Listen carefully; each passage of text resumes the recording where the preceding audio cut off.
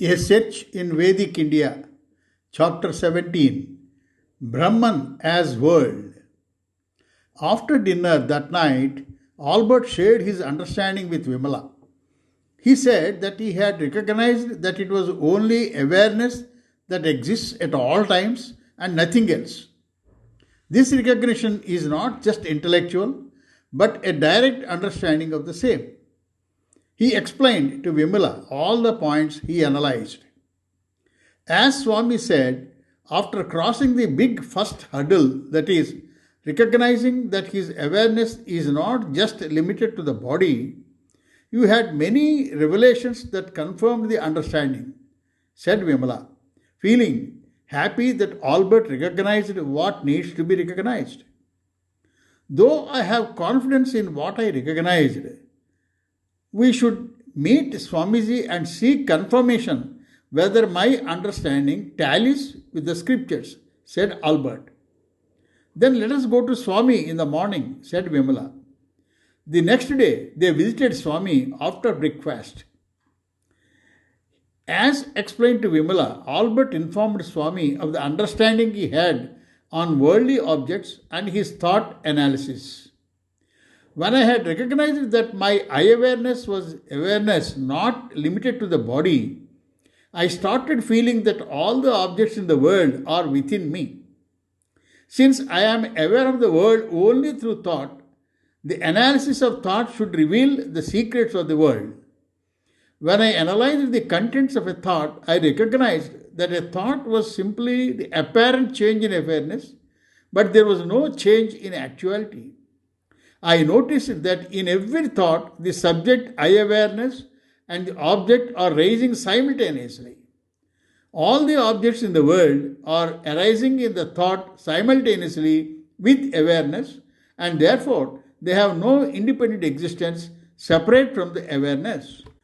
After completing his analysis, he looked at Swami expectantly. Once the initial hurdle was crossed, see how unfolding took place on its own. I am very happy that you have almost completed the second step in the process of recognition of Swarupam. Swami continued, so without any change in awareness, you felt that it appeared as a thought. Is it correct? Asked Swami. Yes, Swami, said Albert. Here there is a great secret. Any thought, is it arising on its own, or are you making any effort to get it? Asked Swami. Vimala and I discussed this earlier, and we understood that they arise and we have no role in their appearance, said Albert, looking at Vimala for agreement. Could you imagine any reason for it to happen that way? Asked Swami. Earlier, I was under the impression that it was happening at the instance of God or similar such invisible power. But now it is clear that as every thought is emerging from awareness, the reason for any thought could only be awareness, said Albert. You are very close. We have understood earlier that awareness is an inseparable combination of Sat and Chit. While Chit is awareness, Sat is existence. We also understood that existence is power and it is the dynamic aspect of awareness. When you are aware of a thought because of Chit, the remaining content of thought must be Sat. Because of the intrinsic nature of Sat in awareness, a thought is appearing without any actual change in awareness. Scriptures give a famous example to explain this phenomenon. Suppose you are walking in twilight and saw a snake. You feel a sense of immediate fear, then search for a stick to kill the snake. But when somebody turns the light on, you realize that it is not a snake, but only a rope appearing as a snake in the twilight. Now you know what the real rope is and what is the snake. The power to appear in different forms without any actual change is also called Maya, explained Swami. Yes, the entire thought with all its contents is snake and awareness is the rope. It is all along only a rope and there is no snake at all. Similarly, all the forms appearing in the world are only awareness. This is because of the inherent power of awareness to appear in different forms. This is exactly what I understood when I said that there was no change in awareness at all, even when the world appeared to me in various thought forms. Infinite awareness, because of its infinite power, appears in different forms and thus appears like the world. There is no actual world other than awareness, said Albert. Now your X is solved. We started taking the world and God as X. Now it is solved that the world is nothing but apparent change only in awareness without any actual change. Since it is infinite existence with awareness, there is no separate God, nor any heaven, nor other worlds, said Swami. Yes, Swami, it is very clear now. I also recognize that Albert, the individual, and the world he sees are nothing but the subject and the object of thought, as in a dream, while the unchanging awareness is present like a cinema screen. All the objects starting from thoughts, body, and all the objects outside the body are just like reflections in a mirror. Worldly transactions are carried out with this understanding, like using a mirror reflection for combing one's hair, said Albert. While my understanding was only intellectual, Albert could recognize directly. Many people think that the world would disappear with such recognition, said Vimala. There would not be any change in the world. For those who recognize the truth, all worldly objects are like reflections in a mirror. They interact with the world with that understanding without getting attached and would be free from the influence of the world. That means they give as much importance as they would give to the objects reflected in a mirror. But those who do not have such recognition may take the worldly objects as real and take pleasure or pain from interacting with them. You must have some more information about the objective world, said Swami. Please enlighten us about it, asked Vimala. The world you see is relative. It would always be changing. It has infinite variety in its various forms, whether animate or inanimate. It cannot be understood fully by human intellect. That is why the scientists go on investigating without any end to their search. So long as the subject scientist and the objective world is separate, the search goes on without end. Any attempt to know the world is like a child trying to catch its head in his shadow with the hand. If he moves one step, the head also moves ahead. When the child's mother puts the hand of the child on its head, then the child is happy that it touched its head in the shadow. Unless you know yourself, you cannot understand the world. There is a statement attributed to Adi Shankara which gives the essence of all scriptures. Brahman alone is true. The world is a myth, and the individual jiva is nothing but Brahman. In Sanskrit, Brahma Satyam, Jagat Mithya, Jivo Brahmaiva na Paraha. Please explain the statement, asked Vimala. We already know that Brahman is infinite existence with consciousness. What the statement says is that Brahman only is true and the world is all an illusion and the individual jiva is nothing but Brahman. The word used in the statement is Satyam for truth. The exact translation of Satyam is not truth in the ordinary sense. Satyam implies that which always exists. The world is neither Satyam nor Asatyam. Satyam is one that always exists.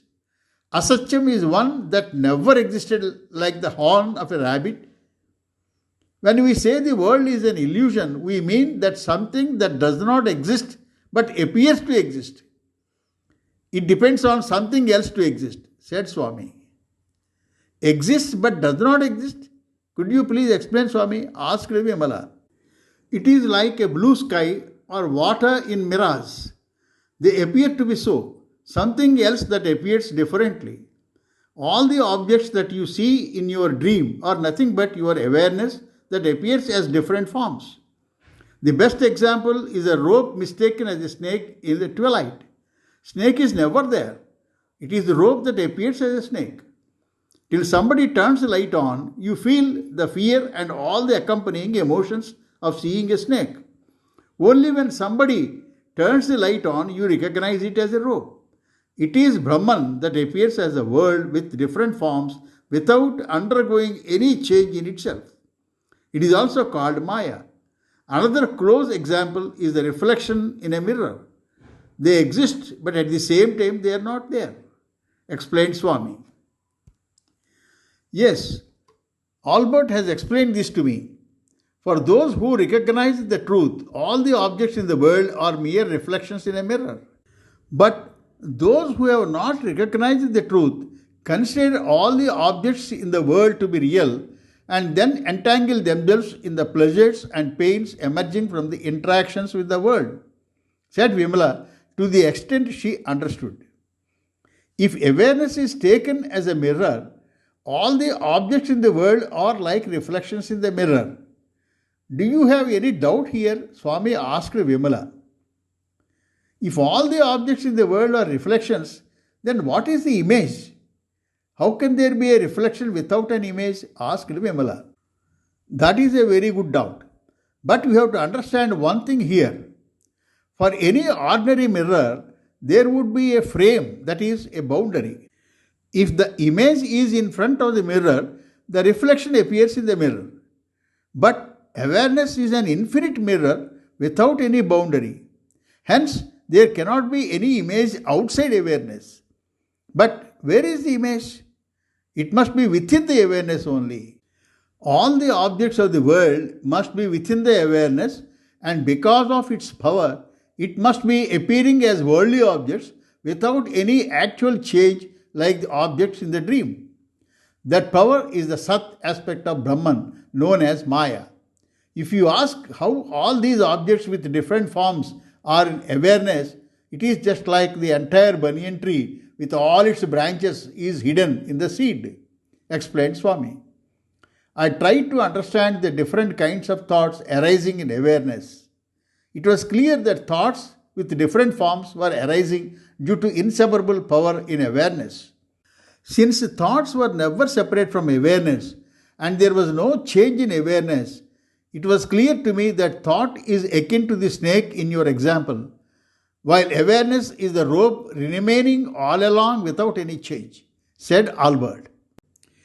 The various forms in the world appear as such due to the Sat aspect of Brahman, that is, the power of Brahman. That I understand. But to say that Brahman only appears as different forms and those forms are not real is not clear to me. Could you explain that? Asked Vimala. This could be explained with examples. When you are witnessing different objects in the dream, your awareness takes on those forms. They are not there when you wake up. So no form is real, and it can be explained this way. See the table in front of you. What is it? Asked Swami. It's a table, said Vimala. Look at it again and tell me, said Swami with a smile. Vimala looked at it for a while and said, Oh, it is wood. If you remove wood from the table, would the table exist? Is the form of the table separate from the wood? Isn't the wood appearing as a table? Whatever is the basis for any form, that only exists and the form is not real. If a bunch of threads is arranged in the form of a shirt, there is no shirt if the threads are removed. Whatever object you are seeing in the world, only your awareness is appearing in the form because of its inherent power. If there is no awareness, there is no world independent of it. There is no shadow if you are not there, explained Swami. You said that awareness, because of its inherent power, appears in different forms as objects. Why should it appear like that in different forms? Why not remain just as awareness? Asked Vimala. That is the inherent nature of Maya or Sat Shakti of Brahman. There cannot be any reason for the inherent nature. Why should fire be hot or water be cold? It is their inherent nature. It is the inherent nature of Maya to appear in an infinite variety of forms, just like a great magician creates an illusion with his power. A great saint gave a beautiful reply when somebody questioned him why Brahman should appear in various forms. The saint replied that Brahman cannot see itself if subject and object are both awareness. That is why it appears in different forms to see itself. Even when forms are seen, they are nothing but awareness and not separate from it, explained Swami. I have a doubt, Swami. If because of the inherent power in awareness, various forms are appearing in both the waking state and the dream state, what is happening in the deep sleep state? Asked Vimala. Surprising thing is that many people are under the impression that the waking state is their original state and the dream and sleep states come and go, said Swami. Is it not true? Asked Vimala. How? If it is truth, then it must be unchanging at all times. All three states are not constant and keep on changing from one state to another, is it not? Asked Swami. If there are changing states, there must be some unchanging basis for those changing states. Otherwise, how is it possible? Asked Vimala. You have stated that correctly. That unchanging base is infinite existence consciousness, that is Brahman. Because of its inherent power, it appears as Vimala and the objects Vimala sees in waking state, and as Vimala and the objects Vimala sees in a dream state, without actually undergoing any change, explained Swami. Then what is happening in a deep sleep state when there are no dreams? Nothing is felt or seen then, asked Vimala. To whom nothing is felt or seen? Then it just remains as awareness. Where is another thing to be seen? In waking and dream states, the same awareness appears as Vimala and objects that are being seen by Vimala.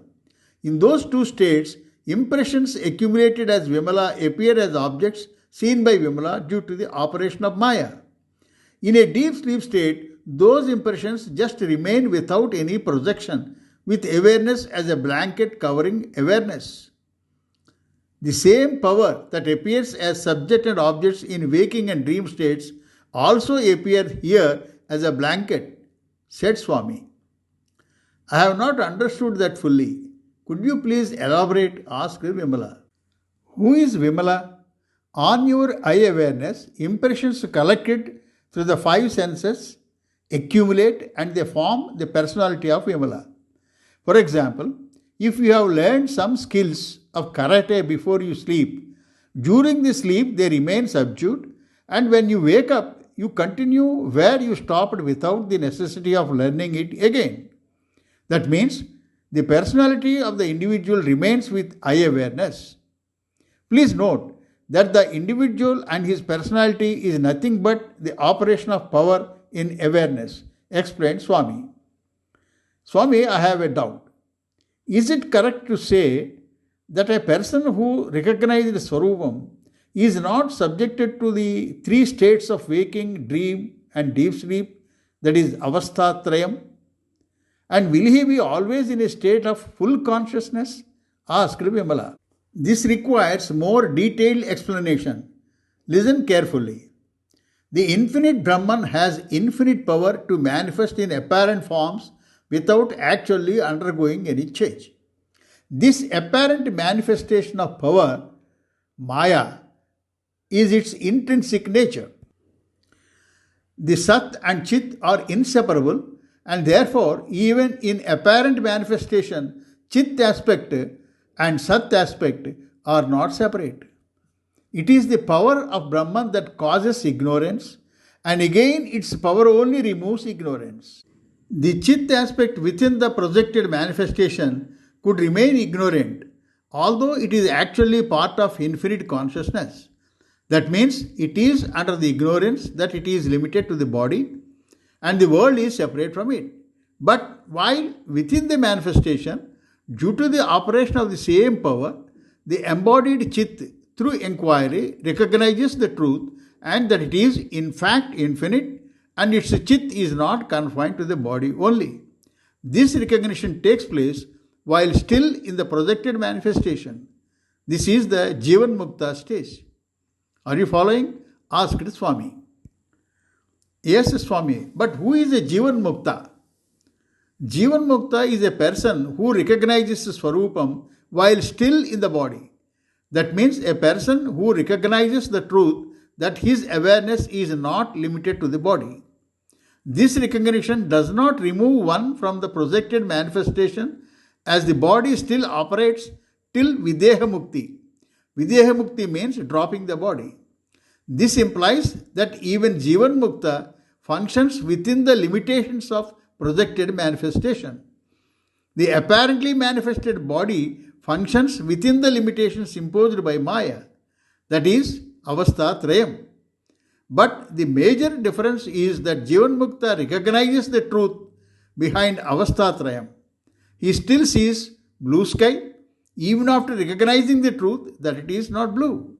He recognizes the truth that in all three states there is Brahman only, and the three states are nothing but the operation of Maya.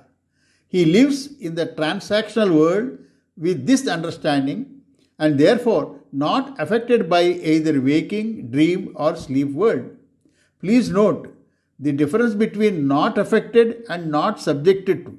He is subjected to all three, but he is not affected. Till Videha Mukti, this goes on. In essence, he lives in the world with the knowledge that his functioning with the body is nothing but the effect of Maya, and there is no individual doer functioning from the body.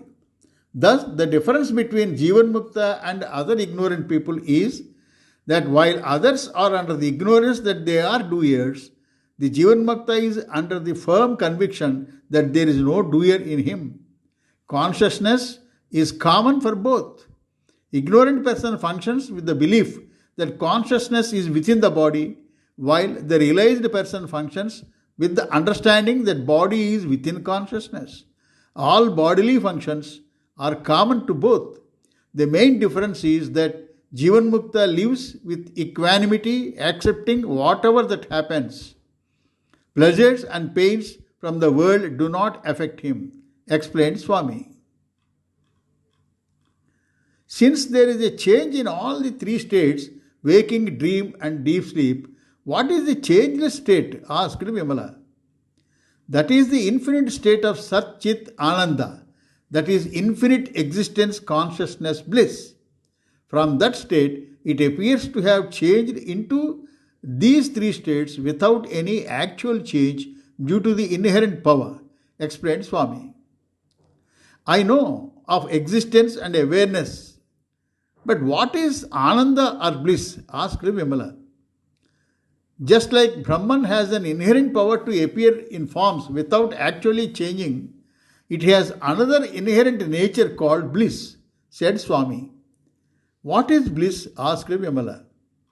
It is not like happiness from the senses, but it is called bliss, as it is a kind of perfect happiness.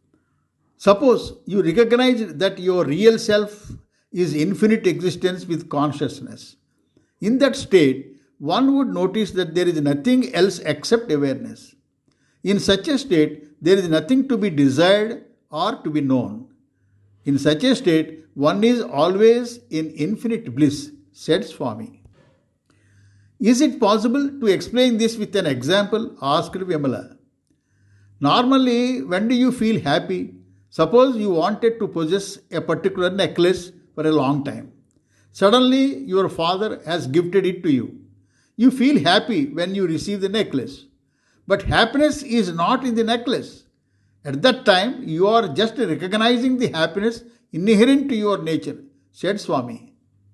You said that happiness was not in the necklace. Please explain, asked Vimala. Bliss is not the inherent nature of the object you desire. For example, you wanted to eat a particular sweet. You feel happy when you eat it. But happiness is not the inherent nature of that sweet. Otherwise, it should make you happy whenever you eat it. After eating a few of the same sweets, you would get vexed. Happiness is not the inherent nature of that sweet. Otherwise, it should always make you happy. Similarly, If you are happy from any object in the world, that object is helping you to recognize your inherent happiness. Object only reflects your inherent happiness. To explain the ignorance that we derive happiness from objects different from us, here is an example. A dog found a small piece of bone with little meat on it. While trying to eat the meat, the dog came into contact with the sharp edge of the bone, causing its blood to ooze. The dog started sucking its blood, thinking that the blood was coming from the bone. Similarly, people think that they derive happiness from the objects, but it is within oneself. When you recognize that Swarupam is infinite consciousness and there is nothing else other than yourself, you remain a blissful being, explained Swami. When both of them got up to leave for the guest house, Swami called Krishnaya Garu and asked him to bring some CDs kept separately in the library. When he brought them, Swami asked Krishnaya Garu to give them to Albert. They contain lectures on the 10 important Upanishads, Brahma Sutras, Bhagavad Gita, and some other scriptures. Please come again after listening to them fully, he said to Albert. You may come here to get clarification on any doubts while he is busy listening to them, Swami said to Vimala. Vimala and Albert prostrated to Swami and returned to the guest house.